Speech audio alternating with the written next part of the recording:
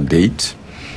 One would have first of all looked at Vision 2030 to evaluate what have we done, what is still a supplement, what is it that we haven't done, so that you make that part of a new vision.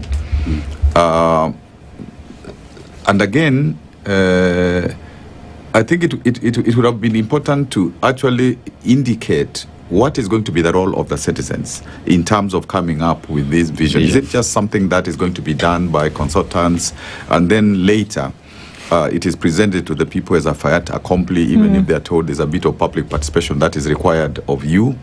So I think sometimes you can begin something that you believe is important, but the way you begin it, from the word go, people just write off the initiative, and then you begin to ask, how come people are refusing a national conversation on this particular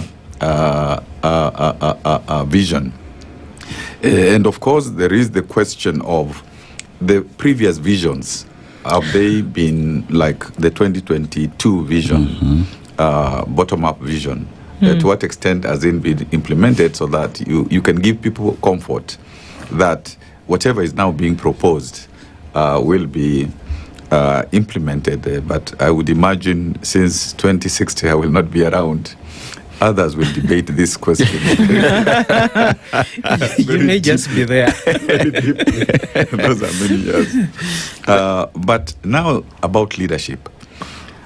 Actually, at this point in time, we can see, several, as you said, several parts, several groupings, which are trying to, first of all, advocate for their positions and hoping that there will be a coming together, especially with the opposition, and the president also wooing many groups so that they also come to his side, and if possible, also trying to ensure that the opposition is not cohesive.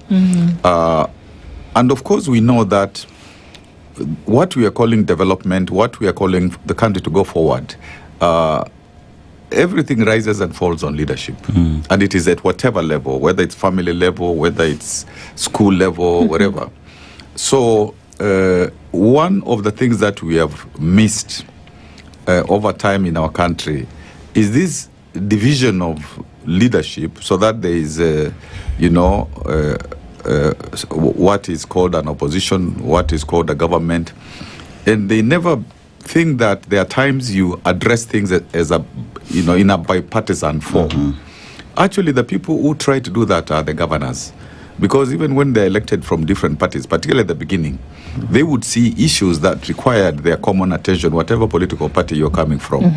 And that culture, with time, was a bit lost when political parties began to rein in their governors and tell them that you must toe the political line. But I am thinking that as we go forward, it is necessary for, even as people are competing for positions and so on, we must always find some common ground to be able to say there are times we are going to talk about the nation that is called Kenya without necessarily just pursuing our political ambitions.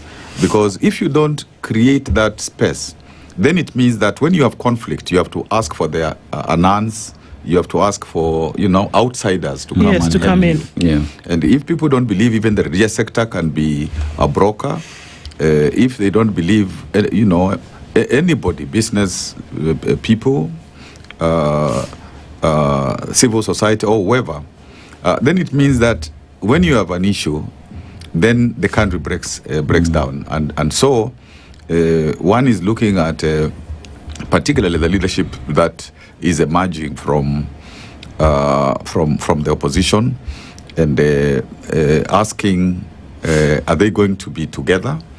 And even if they are going to be together to promote what agenda? Because again, the young people are waiting to see who is going to stand up for them with an agenda that addresses the issues. And it's not just the young people, all Kenyans. So I can say that as of now, one can see a leadership deficit But that does not mean that it will not rise to the occasion. We are waiting to see how it arises to the occasion. Yeah.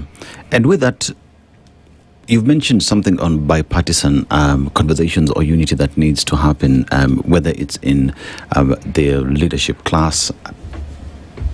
But that seems to be something that we don't see quite often in the country. Say, case in example, even when you talk about if it's a finance bill, there is no where you'd say both sides are coming together to discuss this matter without dragging